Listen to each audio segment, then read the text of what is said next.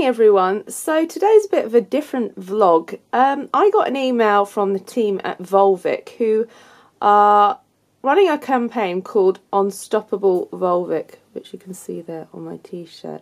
Basically they've done a survey and some research and they found out that bold Brits are the most unstoppable, and at the age of 55 actually they're at their most unstoppable. To celebrate, you know, unstoppable people at any age, they've invited some bloggers and journalists to kind of pick out some things that they want to do, things they want to learn, new skills they want to do, challenges they want to face. A few years ago when I had a bit of a health scare, I started ticking off all those bucket list things, you know, the skydive, bungee jump. I did 2 bungees actually. So a lot of those kind of really wild things I've already done, but in the last few years, which have been rather stressful, and I've dealt with mental health issues, mindfulness is something I've really wanted to look into, to pursue, because I think it could do me a whole lot of good. So today they are sending me on a mindfulness course up in London.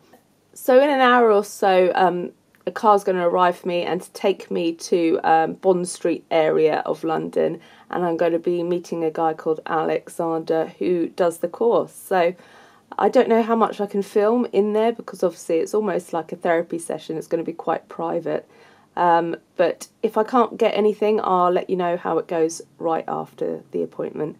Okay, so wish me luck.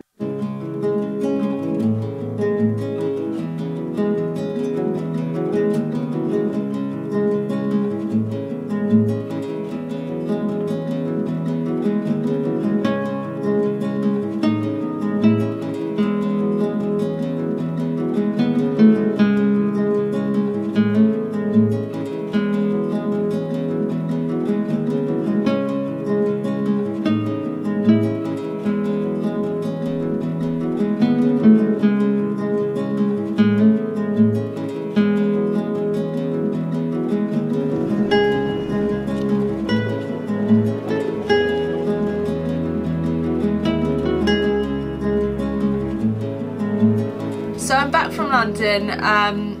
While it's kind of still fresh in my mind, I thought I'd just tell you a bit about what happened at my introduction to mindfulness. For those of you that don't have a clue what mindfulness is, basically, in short, now this is very brief, it's about being in the present, about experiencing the now fully.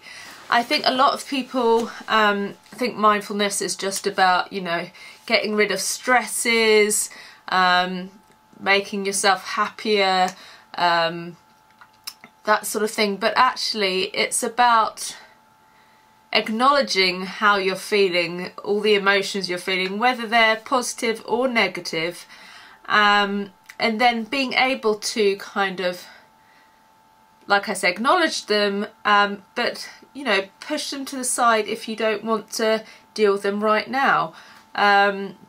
So it's not about, you know, getting rid of all the negative things in your life, because that's not realistic. Bad things will happen to you, stresses will happen to you on a daily basis. It's about being able to kind of, I guess, manage them in the present. It also means that you can find ways to stop yourself dwelling on the past and also worrying and being anxious about the future. Like I said, it's about being in the present and dealing with the now.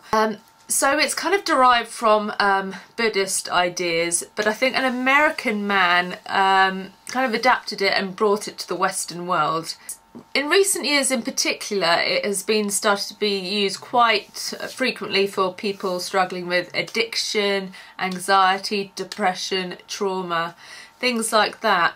From my experience of speaking to doctors over the years about various invisible illnesses, I did wonder how doctors in 2015 respond to people bringing up mindfulness in their appointments, and whether they think it's a legitimate route to go down, whether they accept it, whether they encourage it, in fact.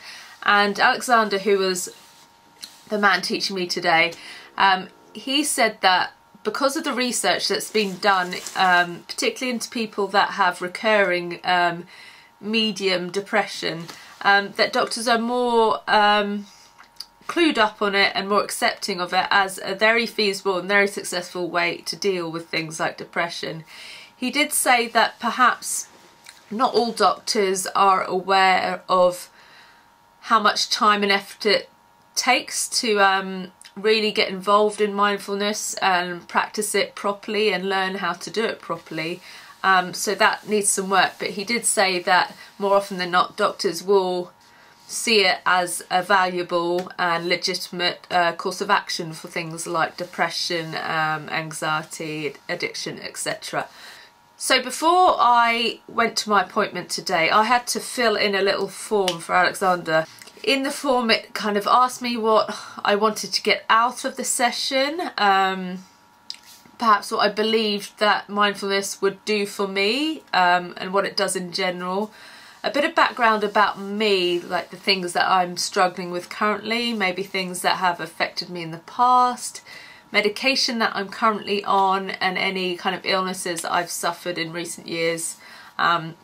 So in my report I kind of pointed out that I have struggled with depression and anxiety, that I had a trauma a few years ago, that I still have to deal with but have had counselling for, and I'm a lot better about it now than I was, but obviously it still reoccurs now and again. I also filled in about my chronic fatigue syndrome, because there's a lot of physical things you have to do with mindfulness. It's not just about using the noggin, it's about things like how you sit, posture. There's lots of movements you can do relating to the activities with mindfulness. Sorry I'm not being very succinct, it's quite a lot to get your head round. I've been given quite a lot of information, so I'm still kind of processing it and trying to remember all the finer details of it. In short, so I was shown a little diagram, a triangle which was split into three, and the first section was focus, and that is about focusing on the present, the task at hand, the thought in your head. But he did point out that he thought maybe focus was too strong and sturdy a word, and it's actually more about just steadying yourself. So that's the first phase. And then the second phase was clarity. I guess that's really getting everything else away from that and focusing on that, and maybe embracing and acknowledging exactly what that thought or that thing is. And then the third, at the top of the triangle, it was balance. And I guess balance is key to this. That is what we want to obtain in our lives, in all areas of our lives. And I think that is the main point of mindfulness, is we want to get to a place where we do feel balanced and nothing is too overwhelming or too much for us, and we can find that we are equipped to handle any situation that comes our way, or know that we have kind of the tools and the skills to get us through it. While I was there, we tried a quick 10-minute exercise, and that involved sitting in a chair with my feet touching the ground, my arms on the side of the chair, and sitting up so I could feel my spine straight, it wasn't slouched, so you could really feel where you're breathing.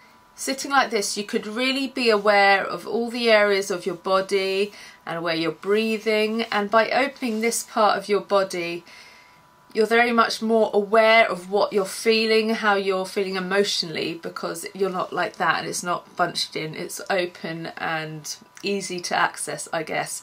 So he wanted my feet to be touching the ground, so I guess that's steadying in a way. And like I said, every part of my body ideally relaxed and steadied. So did that. He said I could close my eyes if I felt comfortable to do that, or just focus on one area of the room so that I wasn't being distracted by other objects or activity going on around me. And during this time I just focused on my breathing, whether I felt that it was happening in my chest or whether I could feel that my stomach was expanding in and out, whether it's my heartbeat. And then just try and concentrate on the breathing for the 10 minutes. who'd asked me to feel my foot touching the ground and the pressure there, like be aware of my spine and it going down throughout my body. If any errant thought came into my head, whether it be a mundane thing about, oh, I need to go shopping to get this, or something a bit more stressful, being aware that that thought's there and going, okay, you're there, but not right now, thanks. I'm going to go back to concentrating on the breathing. It was the most relaxed 10 minutes I've had in so long, just having nothing going on, silence, apart from his soothing voice, and just concentrating on breathing. Sounds so simple, but even that I could tell was doing me some sort of good. Now when it comes to telling those errant thoughts that you don't want to deal with them right now, or you want to put them to one side, he compared it very much to training a puppy. So if a puppy does something naughty, rather than going, stop that, don't do that, calmly go, sit, and the dog is more likely to learn and respond to that and do as it's told, rather than getting it really stressed and going, why are you angry with me, and getting it more kind of hyperactive. So it's all about being calm but strong with your instructions. So that was just a very simple, quick, early exercise to give me just a taster of, you know, some of the stuff involved in what would happen in the classes. So now I'm going to just tell you about the classes. He said generally you should do a course for about 8 weeks, and that involves a session a week for about 2 hours. In the UK it's generally about 2 hours.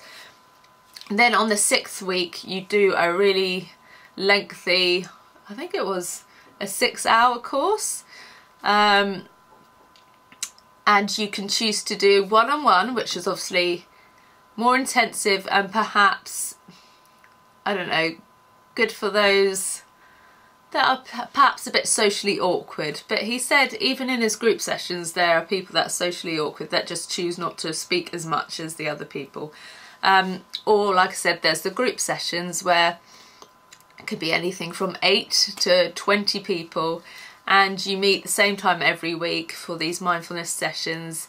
You do the various exercises together, and if you want to share how you felt after the, I don't know, whatever activity you've done or the whole session, you can speak and share how you're feeling or what it's done for you. If not, you can just partake in the exercises and go home and come to the next one.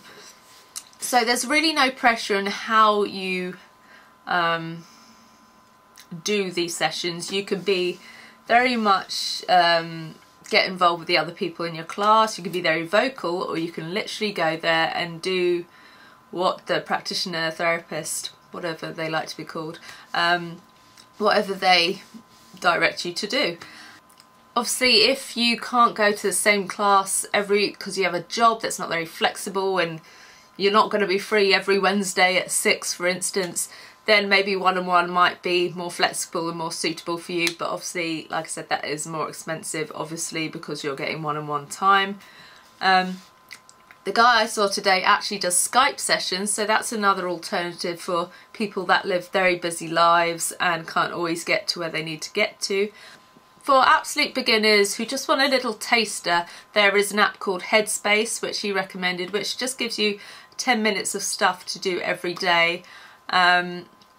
He said obviously this won't kind of give you the skills that a whole course would do. It'd only give you a very small percentage of that, but he said it's a positive thing to do. It all helps, so there's no harm in doing that. And obviously for those that are a bit strapped for time, that's a nice kind of intro to it all. When you're doing the course, they also recommend that you do kind of 45 minutes worth of this stuff at home as well every day. So I think a big thing I got out of the meeting today is that it's not a quick fix, basically. It's not simple, easy, speedy, you're suddenly going to become this spiritual, happy, very calm being in a matter of hours. It doesn't work like that. It's like going to the gym. You can get a bit fitter, you can get really fit, or you can just carry on getting fitter and fitter and fitter, and that's kind of what it is. If you do a short course, yeah, you'll get a little bit fitter, i.e. you'll be able to cope with the present a bit more and be able to the past and the future a bit more. But the more you do, the better you'll get at it and the more skills you'll have. So I'd say if you're going to go for it, you should probably go for it full heart with it really, and do at least an 8-week course. I think he said for 8 weeks it'd be about 300 and something pounds, but that varies from course to course.